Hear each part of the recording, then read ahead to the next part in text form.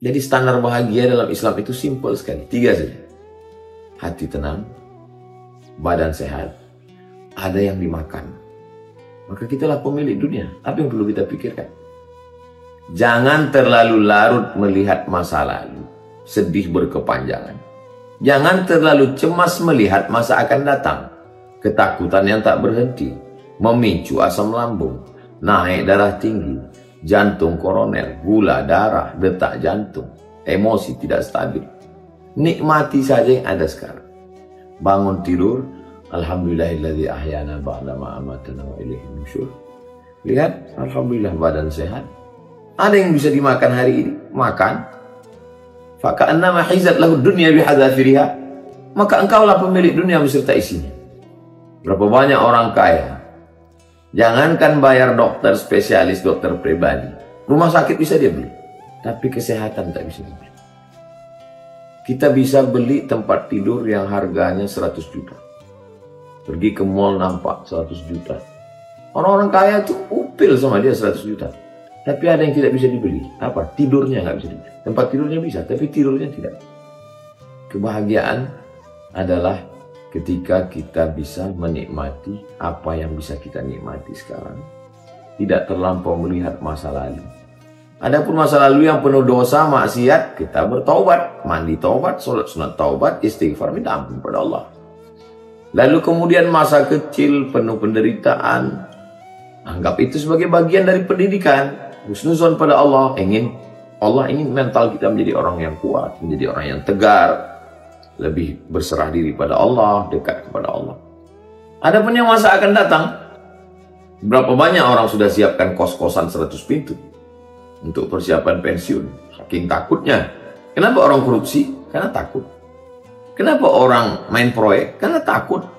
Takut nanti nggak makan setelah pensiun, takut anak nanti tidak sekolah, takut. Pada sesuatu yang tidak mesti ditakutkan. Allah sudah menjamin, wa ma min dabbatin fil ardi illa 'Allah rizquha. Segala sesuatu ini dijamin Allah SWT rezekinya, dan kita ada usaha dan ikhtiar.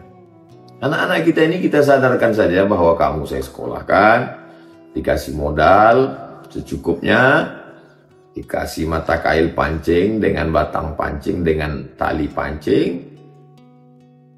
Ikan satu lautan itu milikmu, akan diberikan Allah Subhanahu wa Ta'ala.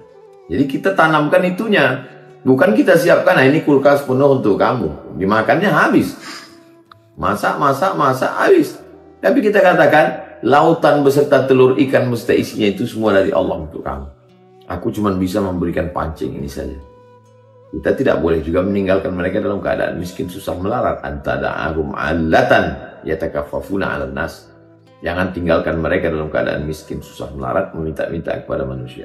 Menurut hadis yang pertama ini 3 saja.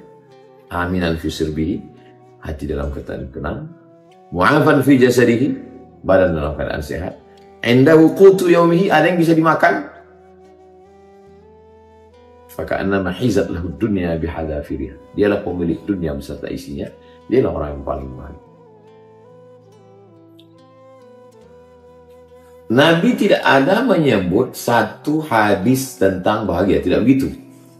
Coba sebutkan satu hadis solat dari takbiratul ihram, iftitah, fatihah, ayat, ruku, i'tidal, sujud, duduk antara sujud, sujud lagi, tegak lagi, fatihah, ayat, ruku, i'tidal, sujud, duduk antara sujud, sujud, tasyahud, salam. Nggak ada. Jadi tema mengkaji ayat hadis itu adalah tematik. Dikumpulkan ayat, hadis, beberapa hadis dalam satu tema. Makanya kalau ada orang yang ngomong, tunjukkan saya mana hadisnya dalam masalah ini. Itu satu sisi kelihatannya ilmiah, tapi sebenarnya orang ini tidak ilmiah karena dia nggak ngerti. Mana ada satu hadis membahas satu ibadah. Semua kajian itu tematik. Begitu juga dengan bahagia ini. Jadi kumpulkan beberapa ayat hadis Nabi, bagaimana sahabat, urutannya ayat Quran, hadis Nabi, sahabat Nabi, tabi'in, kalangan salaf, baru ulama mutaakhirin, baru ambil satu kesimpulan. Nah, tentang ayat Al-Quran, hadis Nabi berkaitan dengan dalam kitab Sunan At-Tirmidzi, min sa'adatil mar'i, dari Dari maksudnya bukan semuanya. Di antara yang menyebabkan orang itu bahagia. Yang pertama, al-jarus soleh. Tetangga yang soleh. Jadi kalau kita punya tetangga yang soleh, kita bahagia. Kenapa? Karena dengan punya tetangga yang soleh itu kembali kepada definisi yang awal. Asy'ur bil itminan. Kita merasa tenang. Saya pergi 3 hari 3 malam. Saya tenang. Kenapa? Tetangga saya insya Allah baik. Orang yang berada di keliling rumah, berada bersama ustazah, bersama dengan Sami, bersama dengan keluarga kita, insya Allah orang-orang yang baik. Maka insya Allah kita tenang. Al-jarus salih, jar artinya dekat. Soleh orang yang baik. Orang dekat dengan kita baik. Naudzubillahnya, orang yang paling dekat dengan kita tak baik. Penuh dengan kecurigaan, ketakutan, kecemasan. Nggak terbayang itu gimana sulitnya itu. Anak-anak juga dikhawatirkan buka handphone, tahu dia password, dia transfer rekening kemana-mana, dia main game online, judi online, pinjol. Mana tenang hati kita? Kawan di kantor juga begitu, penuh dengan kecurigaan. Makna jarus soleh, jar selalu diartikan jiran, tetangga. Jar artinya orang yang dekat dengan kita. Siapa orang dekat dengan kita? Ring 1, ring 2, ring 3. Ring 1, istri, anak, orang tua, saudara kandung. Ring 2, sepupu, 2 pupu, sewali. Ring 3, orang lain, tapi dekat dengan kita. Jadi kalau kita merasa tenang, merasa aman, karena orangnya amanah, orangnya tidak neko-neko, maka insya Allah asy'ur bil itminan, kita merasa tenang. Yang kedua, wal markabul hani, tunggangan, kendaraan yang menenangkan, menyenangkan, membahagiakan. Kalau sudahlah dapat, zaman dulu orang punya kendaraan naik kuda, naik keledai. Kudanya mengamuk, keledainya meringkik, melompat-lompat. Naik kereta kencana, patah, tidak bisa jalan, bannya rusak. Kalau yang sekarang mogok, macet, segala macam. Karena ini yang menyampaikan kita pada tujuan. Jadi bisa makna khusus artinya kendaraan. Tapi makna yang lebih umum adalah semua wasilah infrastruktur yang menyampaikan kita kepada tujuan. Jadi kalau dulu itu yang menyampaikan orang dari Makkah ke Madinah adalah unta, keledai, maka yang sekarang adalah semua yang menyampaikan kita kepada tujuan. Jadi kalau kebetulan dia programmer, arsitek, dia perlu memakai laptop. Laptopnya jangan sampai hang, jangan sampai error, jangan sampai mati lampu, jangan sampai rusak. Semua wasilah yang ada sesuai dengan bidang kita masing-masing. Kalau kebetulan di rumah sakit, rumah sakitnya bagus, fasilitasnya mantap. Jadi ini seperti kendaraan. Kendaraan itu kan fungsinya yang menyampaikan kita kepada tujuan.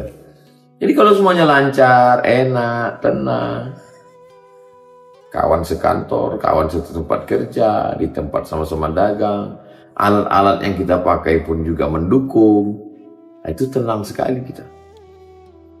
Yang ketiga dalam hadis ini, wal maskanul wasi'. Maskan tempat tinggal, wasi' luas. Tempat tinggal yang luas. Bagaimana dengan orang yang tinggal di rumah yang sempit? Lalu hadis ini tidak memberikan kebahagiaan bagi orang yang tidak kaya. Maka makna hadis itu luas sekali. Wal maskanul wasi', dada hati yang lapang.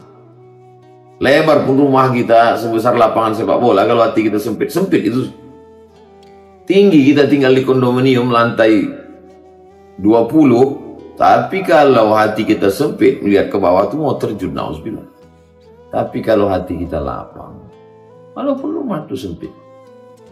Berapa banyak saudara-saudara kita yang rumahnya sempit tapi hatinya lapang. Berapa banyak pula yang rumahnya lapang hatinya sempit. Ngomong tidak terkendali, pikiran sempit. Makanya Nabi Musa AS minta hati yang lapang. Rabbi syrah li sadri. Berikan aku hati yang lapang. Setelah hati lapang, wa yassir li amri. Mudah urusan. Setelah mudah urusan, wahlul 'uqdatam min lisani. Kalau bicara, orang paham. Yafqahu qawli, orang paham. Kenapa orang nggak paham? Karena ngomongnya nggak beraturan, tidak sistematis, nggak jelas, asbun. Kenapa ngomongnya tidak jelas? Karena urusannya sulit, jelimet, ribet, susah, payah. Kenapa urusannya sulit? Karena hatinya sempit. Makanya kata Allah kepada Nabi SAW, alam nashrah laka sadrak. Apakah belum kami lapangkan dadamu? Wa rafa'na laka dzikrak. Kami angkat bebanmu. Alladzi anqadha dhahrak. Yang selama ini membebani pundakmu. Kami angkat beban. Kalau ada kesulitan, kepayahan, fa inna ma'al usri yusra. Inna ma'al usri yusra. Diulang 2 kali. Fa inna ma'al usri yusra. Bersama kesulitan ada kemudahan. Inna ma'al usri yusra. Bersama kesulitan ada kemudahan. Kenapa diulang 2 kali? Penekanan makna li taukid. Jangan pernah berhenti pada satu aktivitas. Fa idza faraghta, kalau kau sudah selesai dari satu aktivitas, fansab, cari kerja yang baru. Buat aktivitas yang baru. Tapi jangan sombong, jangan aku. Jangan berkata saya. Jangan berkata ini hanya kerja-kerja kami. Wa ila rabbika farghab, minta doa, mohon kepada Allah. La haula wala quwata illa billah. Jadi kalau kita gabungkan antara 2 hadis ini, aminan fi sirbihi, paginya tenang. Mu'afan fi jasadihi, badan sehat. Indahu qutu yaumihi, ada yang dimakan. Gabungkan dengan hadis yang kedua. Apa dia? Al-jarus soleh, orang-orang yang dekat ini semuanya baik-baik. Satu grup baik-baik. Gak khawatir nanti tiba-tiba pulang buka grup WhatsApp habis cacimaki, bully semua. Baik-baik semua. Tetangga, sahabat, anggota keluarga. Wal markabul hani. Wasilah, jalan, sarana prasarana yang dipakai untuk mencapai tujuan ini semuanya lancar. Wal maskanul wasi, hati yang lapang. 6. Kalau kita dapatkan kelapangan, kebaikan itu, insya Allah wasilah untuk menjadi hati menjadi tenang. Apakah dengan ini semua hati menjadi tenang? Belum tentu. Karena hati bukan punya kita. Hati punya Allah. Berapa banyak orang yang begitu dapat sesuatu yang baru, mobil baru, rumah baru, motor baru, jam baru, HP baru, senang, tenang. Tapi baru sampai 1 jam udah susah lagi. Nah, yang kita mau pertahankan ini bagaimana asy'ur bil itminan, rasa tenang itu berkepanjangan, berkesinambungan. Tidak terhenti dia. Nah, itu yang mau kita inginkan. Dan ketenangannya ini adalah ketenangan yang datang dari Allah. Karena orang dengar lagu dangdut juga tenang. Orang pakai narkoba juga tenang, hisap ganja juga tenang. Orang pakai sabu-sabu juga tenang. Orang yang sedang pesta ngelem pun tenang juga. Tapi apakah ketenangan itu? Bukan. Ketenangan yang dari mana? Ala bidzikrillah. Dengan banyak ingat pada Allah. Tatma'innul qulub. Dengan banyak ingat kepada Allah, hati menjadi tenang. Itu yang ke-7. Saya justru menggunakan, mestinya ini di awal ayat Quran ini. Ala bidzikrillah tatma'innul qulub. Dengan banyak ingat Allah, hati menjadi tenang. Tapi saya urutkan justru yang ke-7, pamungkasnya. Kenapa? Karena semua yang 6 tadi adalah penyebab tenang. Tapi puncak ketenangan itu datang dari mana? Ini hanya sebabnya saja. Kenapa orang tenang? Karena ada makan. Kenapa ada tenang? Karena kendaraannya lancar. Kenapa dia tenang? Karena tetangganya baik. Kenapa dia tenang? Karena hatinya lapang. Kenapa dia tenang? Karena rumahnya luas. Ada karena, tapi ada yang lebih besar daripada karena itu, sebab itu. Siapa dia? Allah. Allah yang membuat tenang. Apakah karena ada lalu tenang, atau kalau sudah tenang semuanya? Nah ini, itu hanya bisa dirasakan oleh orang yang tenang.